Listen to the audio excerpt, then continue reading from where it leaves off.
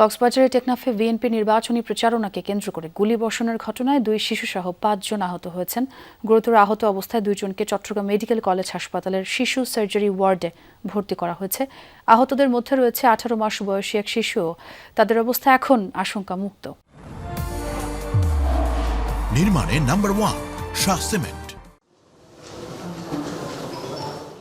গুলিবিদ্ধ হয়ে গুরুতর আহত 18 মাস বয়সী মেয়েকে নিয়ে চট্টগ্রাম মেডিকেল কলেজ হাসপাতালে ছুটোছুটি করছিলেন বাবা।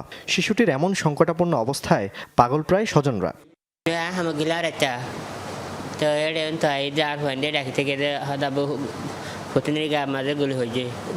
গুলি লাগছে 2টা কিন্তু আমি হাদলের বাসায় তো যাই দে তোর মধ্যে গুলির আবাস শুনি আর বাসায় তার বাসায় কিসকিসে উঠানো পরে আয়ার দিয়ে সাইড দিয়ে রক্ত বুড়ি যারবি। বৃহস্পতিবার রাত 8টায় টেকনাফের নীলায় নিজ বাড়ির পাশে মায়ের কোলে থাকা অবস্থায় পিঠের দুপাশে গুলিবিদ্ধ হয় নুসরাত জাহান রাফি নামে এই শিশু। একই ঘটনায় গুলিবিদ্ধ হয় আশহাবুদ্দিন নামের 11 বছর বয়সী আরও একজন।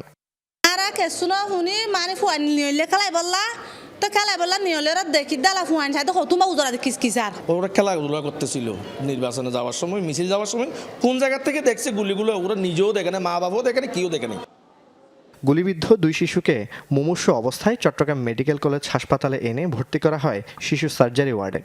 প্রাইমারিলি আউট অফ ডেঞ্জার আমাদের কাছে মনে হচ্ছে, তারপরেও ওই ওয়ার্ড থেকে যদি বলে, ওই ওয়ার্ড থেকে যদি কোনো কিছু সাজেস্ট করে তখন আমরা এটা করব। এমনি পেশেন্টের একটু রক্তশূন্যতা আছে, আমরা ব্লাড এনএজ করছি, ব্লাড দেওয়া হচ্ছে আর কি।